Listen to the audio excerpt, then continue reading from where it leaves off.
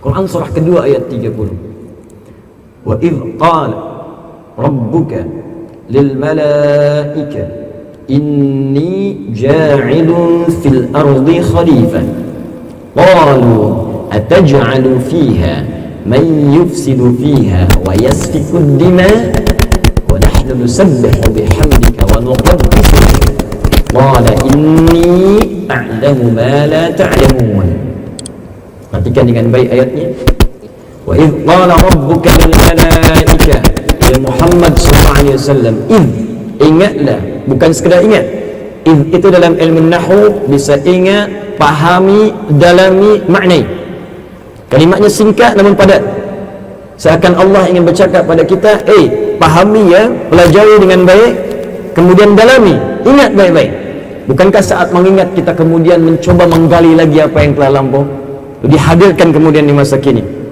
Ketika Rabb berfirman kepada malaika, inni ja'ilun fil ardi khalifah, aku akan menetapkan seorang khalifah di bumi, memberikan kemudian misi pada makhluk tertentu. Misi adalah menjadi khalifah di bumi, bukan di langit tapi di bumi. Apa kemudian yang terjadi setelah itu? Kemudian malaikat bersoal, qala ataj'alu fiha may yufsidu fiha wa yasfiku ad-dima. Ya Allah, kenapa engkau berikan misi khalifah itu kepada makhluk yang mungkin nanti dia akan merusak, bahkan bisa menumpahkan darah, dia bisa berselisih paham, bahkan dia bisa kemudian bersengketa, bahkan dia bisa menumpahkan darah.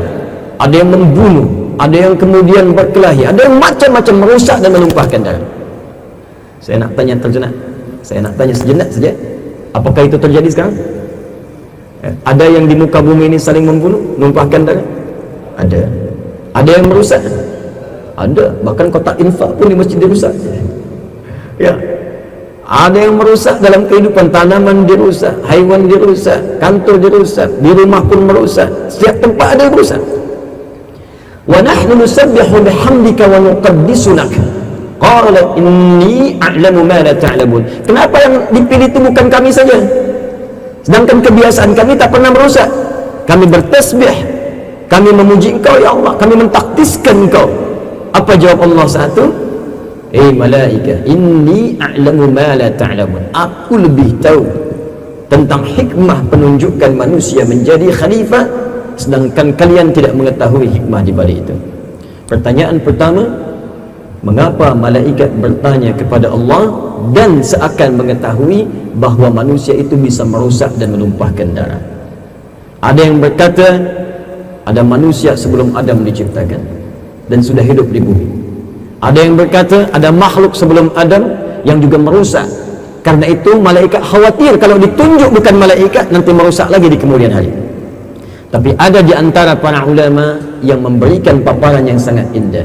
Kenapa malaikat bertanya kepada Allah, ya Allah, kenapa engkau jadikan khalifah di bumi yang mampu merusak dan menumpahkan darah? Kata para pakar tafsir yang lain, perhatikan indah sekali. Karena malaikat mengetahui ketika Allah menciptakan makhluk khalifah ini, makhluk ini diberi nama Bashar oleh Allah. Bashar. Buka Quran surah ke-15 ayat ke-28. Kalimat mulanya sama dengan Al-Baqarah ayat ke-30. Al-Baqarah ayat 30, wa idh qala rabbuka lil malaika. Quran surah 15 Al-Hijr ayat ke-28, wa idh qala rabbuka lil malaika. Perhatikan kalimatnya. Wa idh qala rabbuka lil malaikati inni khaliqun bashara. Jadi sebelum diberikan misi ini sebagai khalifah, Allah maklumkan dulu pada malaikat. Dan ketika Rabb berfirman pada malaikat, saya akan mencipta makhluk baru, bukan malaikat, bukan jin. Jadi jin sudah ada sebelum manusia. Dalilnya Quran surah 15 ayat ke-27. Wal janna khalaqnahu min qablu min naris samum. Jin kami ciptakan sebelum manusia dari bahan bakar api yang membakar, api yang menyala-nyala. Jadi jin sudah ada sebelum manusia. Jin ada, malaikat ada. Allah ciptakan makhluk baru, diberi namalah makhluk itu dengan nama Bashar. Dan Masya Allah, begitu tepatnya diksi Al-Quran, bahasa Al-Quran, tidak pernah Allah memilih kata kecuali sesuai dengan konteksnya.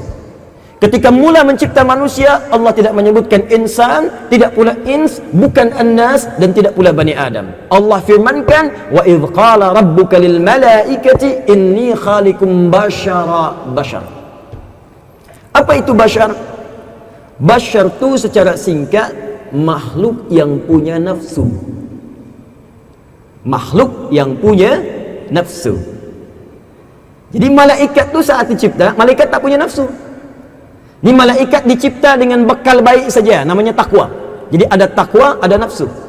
Malaikat ni dicipta oleh Allah hanya dengan jiwa takwa saja. Kerana tu malaikat tak ada yang bermaksiat.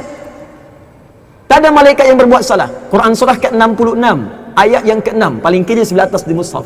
La ya'sunallaha ma amarahum wa yaf'aluna ma yu'marun.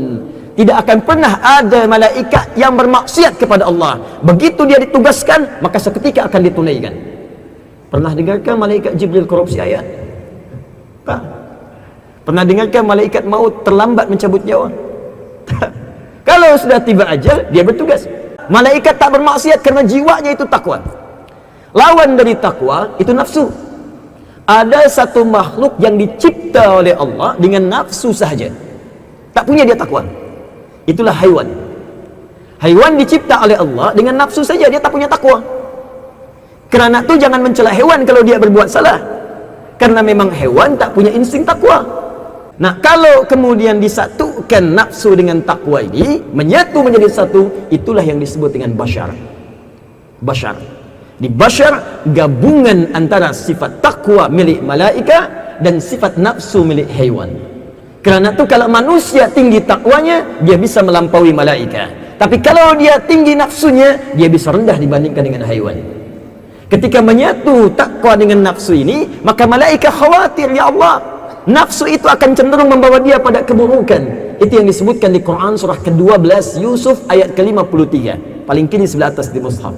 Wa ma ubarni'u nafsi innan nafsa la'ammaratun bisu. Kita tak bisa menilai diri kita ni suci. Fala tuzakku anfusakum. Jangan berkata saya orang suci, tak. Karena ada nafsu, dan nafsu cenderung mengarahkan kepada keburukan. La ammaratum bisu. Kerana di manusia itu ada nafsu, karena nafsu perannya mengarahkan pada sesuatu yang buruk, malaikat membaca, melihat. Khawatir karena manusia ini punya nafsu dalam dirinya, khawatir potensi nafsu ini muncul saat dia bertugas menjadi khalifah, sehingga nanti dengan itu berbuat banyak keburukan di muka bumi. Buruk. Jadi pebisnis, nafsunya tinggi, buruk. Jadi pelajar, nafsu tinggi, buruk. Jadi pejabat, nafsu tinggi, buruk.